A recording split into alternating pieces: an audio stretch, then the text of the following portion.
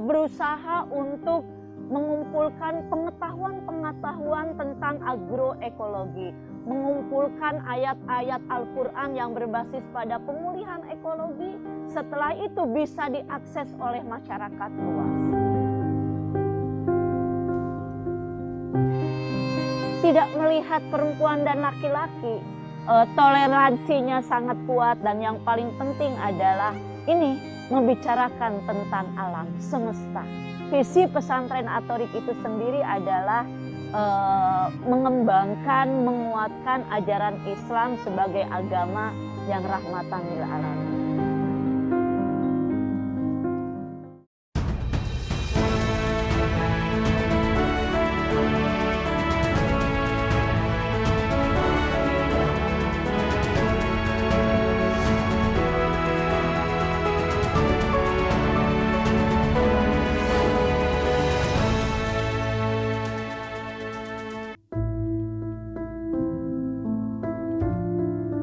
Desa Sogagali, Kecamatan Tarogong, Kabupaten Garut, Jawa Barat.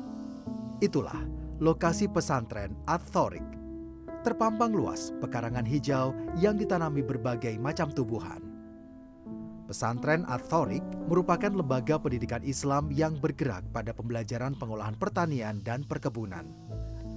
Pembelajaran tersebut merupakan upaya dalam mewujudkan kedaulatan dan ketahanan pangan. Itulah yang disampaikan oleh Nisa Wargadipura, seorang mantan aktivis lingkungan yang kini memimpin pondok pesantren At-Thoriq. Wanita berusia 51 tahun tersebut telah mendirikan pesantren sejak tahun 2008. Visinya adalah mewujudkan ilmu pertanian yang berorientasi pada penyelamatan ekologi dan juga ekonomi bagi siapapun yang ingin mondok di At-Thoriq. Pesantren ini mengembangkan sistem pendidikan yang memberikan kurikulum anak-anak santri yang harus kembali lagi ke desa. Jadi pada angkatan pertama kami banyak melakukan interaksi dengan orang-orang desa, dengan teman-teman di desa. Kami mengajak beberapa orang-orang, ya, beberapa saudara-saudara dekat, saudara-saudara jauh, anak teman, anak anggota tani, begitu ya, bertemu, ayo kita belajar bersama mengelola pesantren ekologi At-Thoriq yang di dalam kurikulumnya itu bukan untuk berangkat ke kota belajarnya, tetapi kembali ke desa untuk menggali potensi desa. Ya, ini tadi berbasiskan agroekologi, pertanian berbasis pemulihan ekologi. Dalam praktiknya, Nisa Wargadipura menuturkan bahwa pesantren At-Thoriq ini memang menitik beratkan pada pengajaran konsep ekologi atau hubungan antara makhluk hidup dan lingkungan. Tetapi tak lupa memperdalam agama Islam juga menjadi penting sebagai pondasi dalam melengkapi marwah pondok pesantren. At-Thoriq sendiri adalah jalan untuk mengambil pada pemulihan ekologi, begitu, pengajaran pada hablum minal alam. Kemudian yang paling penting juga At-Thoriq itu bervisi pada ajaran Islam, bahwa Islam itu sungguh sangat rahmatan lil alamin. Rahmatan lil alamin itu dia berhubungan sekali dengan kesosialan, ya. Dia berhubungan sekali dengan tidak melihat perempuan dan laki-laki, tidak melihat dia sangat gender mainstream, ya, toleransinya sangat kuat, dan yang paling penting adalah ini membicarakan tentang alam semesta, begitu. Jadi visi pesantren At-Thoriq itu sendiri adalah mengembangkan, menguatkan ajaran Islam sebagai agama yang rahmatan lil alamin. A'udzu billahi minasyaitonir rajim. Bismillahirrahmanirrahim. Inna rabbakumullahu alladzi khalaqas samawati wal arda fi sittati ayyamin tsumma istawa 'alal 'arsy yughshil lailan nahara يطلبه حثيثا. Lantunan potongan ayat Al-Quran tersebut erat kaitannya dengan keberadaan pesantren At-Thoriq dan sosok Nisa Wargadipura. Sebagai pengajar yang sudah bergabung selama 1 tahun di pesantren At-Thoriq, Adam Makmun menilai bahwa sosok Umi Nisa, panggilan akrab dari Nisa Wargadipura, merupakan sosok pemimpin yang dapat memberi pengaruh bagi perkembangan pesantren At-Thoriq, yang bisa diterapkan khususnya bagi anak muda untuk mengembangkan bidang pertanian. Allah mengutus manusia ke bumi itu sebagai khalifah. Sebagai khalifah itu bisa diartikan sebagai yang datang dari yang datang sebelumnya, pengganti gitu khalifah tuh. Pemimpin khalifah tuh. Makanya antara lingkungan dengan agama tuh sangat berkesinambungan gitu. Karena kita hidup di lingkungan, kita sangat bergantung kepada lingkungan, kita sangat bergantung kepada air, udara dan sebagainya gitu. Nah, kami di pesantren ekologi At-Thoriq ini merangkul anak muda yang ingin belajar mengaji dengan dibarengi dengan treatment berkebun untuk self healingnya, bertujuan untuk supaya jiwa dan raga anak muda zaman sekarang itu bisa terobati gitu. Nisa Wargadipura dikenal sebagai sosok yang memang sudah akrab dengan alam ataupun pertanian. Sebelum At-Thoriq berdiri, ia rutin membantu permasalahan yang dihadapi para petani, seperti melakukan advokasi agraria dan mendampingi petani setempat.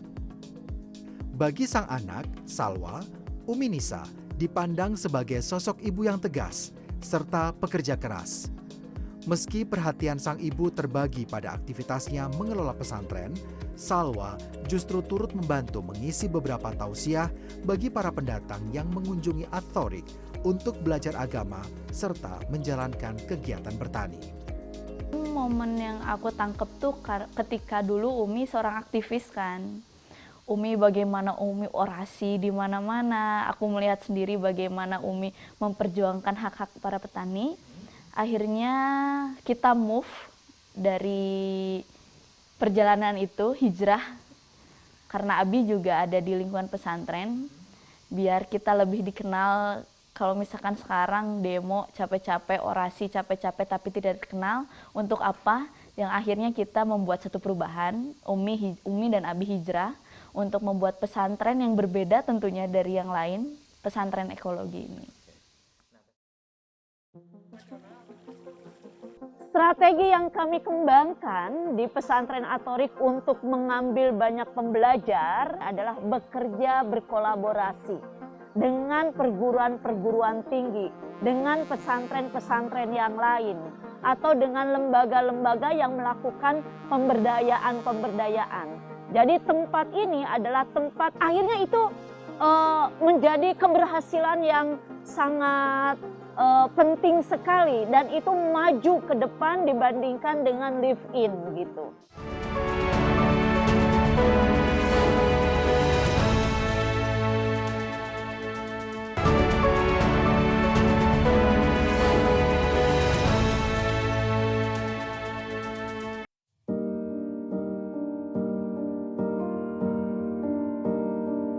Dibangun pada tahun 2008, pesantren ekologi At-Thoriq kini sudah berdiri selama 15 tahun. Alumni dan santrinya tersebar di sejumlah wilayah di Indonesia. Namun, pesantren yang dari awal berdiri tidak memungut biaya itu harus menelan rasa pahit. Pasalnya, akibat pandemi COVID-19, saat ini belum ada lagi santri yang mondok kembali. Meski begitu, hal tersebut tidak menyurutkan niat awal dari seorang Nisa Wargadipura. Keteguhannya dalam membangun pesantren yang menerapkan pertanian berbasis agroekologi itu membuatnya tetap mempertahankan program tersebut. Ia menyebutnya dengan santri kalong atau santri yang tidak menetap, yaitu siapapun bisa belajar dan tinggal di At-Thoriq dengan menentukan jadwal kunjungan kepada pengelola pesantren.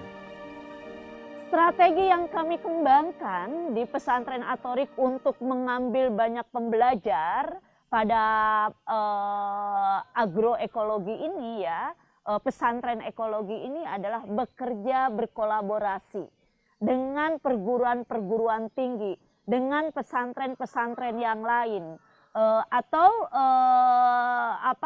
dengan sekolah-sekolah atau dengan lembaga-lembaga yang melakukan pemberdayaan. Jadi tempat ini adalah tempat akhirnya itu menjadi keberhasilan yang sangat penting sekali, dan itu maju ke depan dibandingkan dengan live in gitu. Setiap minggunya ada saja rombongan belajar yang datang ke pesantren Ats-Thoriq. Bukan hanya mereka muslim, tapi dari beragam latar belakang agama manapun. Nisa membuka kesempatan bagi siapapun yang tertarik dan mau belajar mengenai pertanian ekologi di pesantrennya. Jika tidak menginap, rombongan belajar biasanya datang pada pagi hari untuk dijelaskan bagaimana ketentuan beraktivitas selama di pesantren. Di Ats-Thoriq, mereka akan belajar bagaimana sistem pertanian pesantren ekologi berjalan. Ats-Thoriq sendiri memiliki 45 zona yang dikembangkan. Zona tersebut dibagi menjadi area persawahan, kebun tanaman pangan, peternakan, pembenihan, hingga pemanfaatan dari sisa-sisa tumbuhan. Di zona-zona tersebutlah rombongan akan mempelajari konsep pertanian yang diterapkan di Ats-Thoriq, mulai dari hulu ke hilir, mulai dari menanam, memanen, hingga mengolah hasil panen yang ada. Muhammad Solah, salah satu peserta rombongan belajar tersebut, menilai kunjungan yang ia lakukan membuat dirinya semakin tertarik dalam mempelajari bidang pertanian, juga yang berkaitan dengan lingkungan. Yang saya dapat banyak, Bang. Nggak hanya dari masalah pertaniannya saja, melainkan kan kalau misalkan pertanian itu bukan hanya menanam saja, melainkan juga menjaga dari lingkungan ini. Kayak di sini tuh nggak boleh ada sampah-sampah plastik, makanya kami dilatih untuk setiap kegiatan di sini itu jangan bawa sampah-sampah plastik supaya tidak mencemari lingkungan itu sendiri, Bang. Terus kayak di sini kita belajar pertanian dari hulu ke hilir, dari mulai penanaman sampai pemanenan hingga output dari pertanian itu apa saja. Solah sudah beberapa kali berkunjung ke pesantren ekologi Ats-Thoriq. Bersama rekan lainnya, Solah menjalankan beragam aktivitas, seperti menggunakan mesin pengolah padi menjadi beras, hingga membuat sekam yang hasilnya digunakan sebagai media tanam. Selain menambah ilmu serta kemampuan terhadap pengelolaan pertanian yang berbasis ekologi, Solah menyadari bahwa bidang pertanian itu sangat memberikan manfaat bagi keberlangsungan makhluk hidup.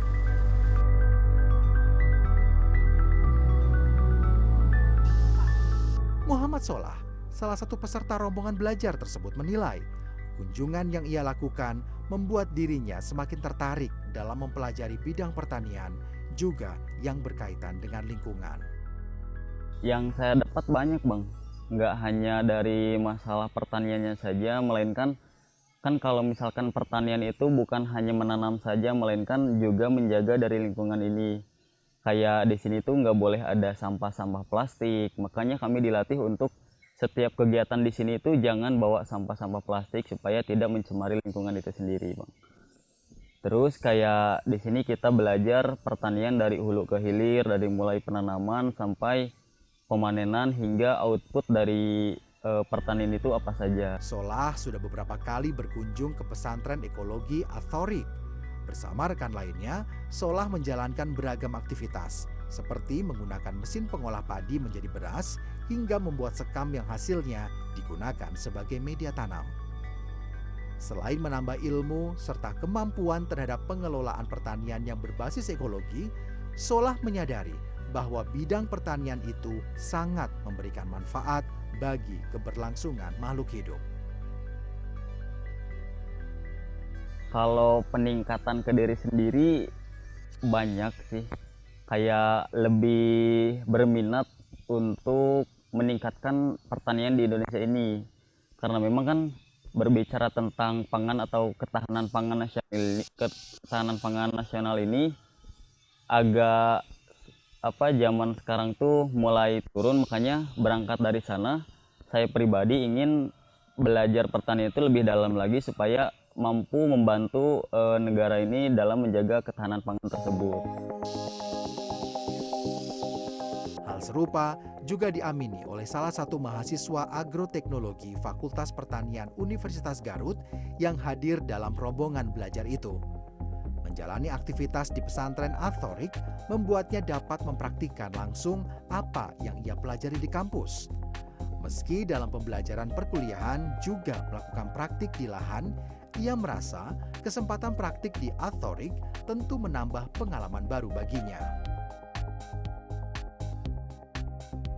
Untuk yang saya dapatkan dari sini dan berkesinambungan dengan perkuliahan adalah ketika di kampus itu kan banyaknya teori ya. Nah, di sini saya mulai mengimplementasikan bagaimana cara menanam, merawat tanaman. Terus di sini juga kan antara interaksi antara sesama makhluk Allah gitu kan. Nah, di sini juga saya sangat senang gitu karena apa yang saya dapatkan teorinya di kampus, saya bisa mempraktekannya di sini. Reza yang memang memiliki latar belakang di bidang pertanian menganggap bahwa Ats-Thoriq sudah menjadi laboratorium kedua baginya. Ia mengaku juga mendapat inspirasi bagi tugas akhirnya kelak dari hasil pengamatan awalnya. Namun baginya, dari sosok Nisa warga Dipura, ia memperoleh ilmu tambahan yang bisa ia terapkan dalam pembelajaran di perkuliahannya. Untuk pengaruhnya di sini kan sudah diketahui gitu ya jika lingkungan ini sudah rusak. Lalu dengan adanya pesantren ekologi ini mengedukasi bagaimana merawat alam, mencintai alam dan seberapa ketergantungannya kita terhadap alam. Jadi dapat dirasakanlah bagaimana jika kita bergantung kepada alam tapi tidak dirawat, betapa sakitnya alam gitu ya jika tidak merawatnya. Sebagai pondok pesantren, Nisa dan pengelola tentu tak larut dalam aktivitas pertanian saja. Aktivitas belajar agama juga masuk dalam agenda. Jika masuk waktu sholat, peserta rombongan belajar yang hadir, khususnya yang beragama Islam, semuanya akan diarahkan ke musola untuk sholat berjamaah. Usai sholat, mereka akan berkumpul untuk mendengarkan ceramah dari pengajar pesantren ekologi Ats-Thoriq yang biasanya berisi pemahaman tentang pentingnya menjaga serta merawat lingkungan agar kebermanfaatannya bisa dirasakan oleh seluruh makhluk hidup di sekitar lingkungan kita tinggal. Perjalanan yang dari sosok Teh Nisa itu ternyata beliau tidak ingin hanya dirinya saja yang mungkin go internasional, tetapi ingin mengajak khususnya apalagi mengangkat Garut ini tadi ya di bidang pertanian dan menggandeng kami Fakultas Pertanian untuk bisa berkolaborasi dan meningkatkan produk pertanian.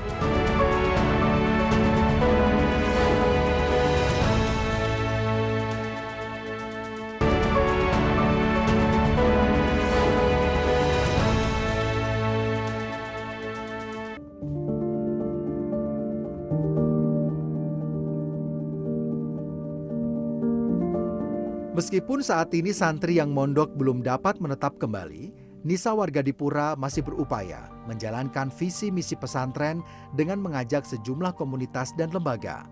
Salah satunya dengan Fakultas Pertanian Universitas Garut atau UNIGA. Dalam setiap perkuliahan, Ketua Program Studi Agroteknologi Fakultas Pertanian UNIGA, Siti Syarah, terus mendorong masyarakat agar mampu menguasai materi perkuliahan. Tak hanya sekadar teori, tetapi juga mempraktikkan dalam kehidupan sehari-hari. Sehingga ajakan kolaborasi dengan pesantren ekologi Ats-Thoriq mudah diterima. Bagi Siti Syarah, apa yang tersedia di pesantren Ats-Thoriq mulai dari zonasi pembagian lahan hingga materi yang disampaikan Nisa warga Dipura selaras dengan tujuan pembelajaran. Ia pun menilai pencapaian terhadap peningkatan produk pertanian yang diinginkan oleh kedua pihak menjadi suatu bentuk kerjasama dalam jangka panjang. Selain menginginkan mahasiswa untuk belajar di area pesantren Ats-Thoriq. Nah inilah ya salah satu juga kan kebermanfaatan dari yang tidak akan yang tidak akan musnah sampai kapanpun, kan kita bermanfaat untuk orang lain. Ini yang sangat saya terima dari Teknisa ya, mungkin dari sosok Teknisa itu ternyata beliau tidak ingin hanya dirinya saja yang mungkin go internasional, tetapi ingin mengajak, khususnya apalagi mengangkat Garut ini tadi ya di bidang pertanian dan menggandeng kami Fakultas Pertanian untuk bisa berkolaborasi dan meningkatkan produk pertanian ini. Dan kami sangat welcome gitu kan, ada orang yang seperti Teknisa sangat jadi kitanya tuh energik ya, jadi oh iya ini kolaborasi, dan yang lainnya alhamdulillah berjalan dengan lancar. Di ranah pertanian, potensi gagal panen selalu menjadi kekhawatiran bagi para petani, terutama saat musim pancaroba atau musim hujan yang berkepanjangan. Walau perasaan itu ada, Nisa optimistis bahwa apa yang ia lakukan dengan cara agroekologi mampu memenuhi kebutuhan pasokan makanan untuk keluarga, pengelola pesantren, maupun bagi santri atau rombongan belajar. Gimana Teteh mengakali begitu ya, kalau tiba-tiba kan musim berubah, pancaroba, terus mungkin gagal panen, itu gimana nih mengatasinya? Ini kerennya ya, jadi pesantren Atorik ya mengembangkan pertanian berbasis agroekologi itu karena namanya agroekologi. Agroekologi itu berbasis pada keanekaragaman tanaman. Nah, keanekaragaman tanaman ini adalah kehebatan tersendiri. Mereka saling melindungi. Jadi tidak akan ada gagal panen. Karena ada koro-koroan, ada kemudian, nah si serangga itu menjadi bukan lagi menyerang pada pertanian satu macam ya. Contoh padi ini kan pertaniannya monokultur ya, tetapi karena di sekeliling kita banyak keanekaragaman, dia menjadi polikultur. Nah, polikultur itulah yang kemudian menyediakan makanan bagi serangga-serangga hingga tidak menjadi hama. Itu saling melindungi ya, strategi penting bagi pertanian berbasis pemulihan ekologi. Nah, panennya kalau ada yang panen satu, masih ada tanaman yang lain yang bisa diambil, Kang Mas Iqbal. Melihat kondisi pertanian di Indonesia gitu, apa pesan-pesan yang mungkin ingin Teteh harapkan atau mungkin yang ingin dicapai gitu terhadap pertanian di Indonesia, dan bagaimana nanti ke depannya Atorik memberikan kontribusi bagi pertanian di Indonesia gitu Teh? Ya, yang paling benar di dalam sistem pertanian itu adalah sistem pertanian yang berbasis pada pengetahuan. Dan pengetahuan itu adalah pengetahuan yang masuk pada pemulihan alam, berbasis pada kearifan alam ya, berbasis pada kearifan lokal. Yang tidak merusak adalah kearifan nenek moyang seperti yang telah dilakukan pesantren Atorik, yaitu dalam mengembangkan agroekologi. Berharap sistem pertanian di Indonesia adalah agroekologi yang menyelamatkan lingkungan tetapi menyelamatkan juga manusianya.